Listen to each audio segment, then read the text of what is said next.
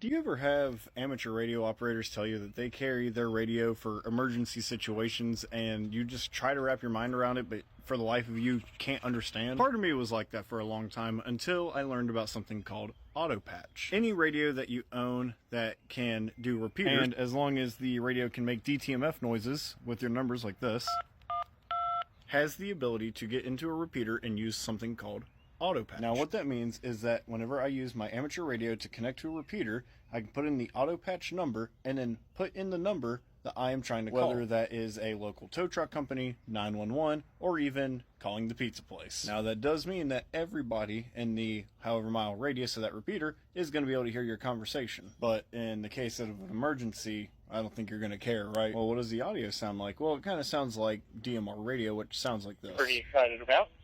In a minute. I see you.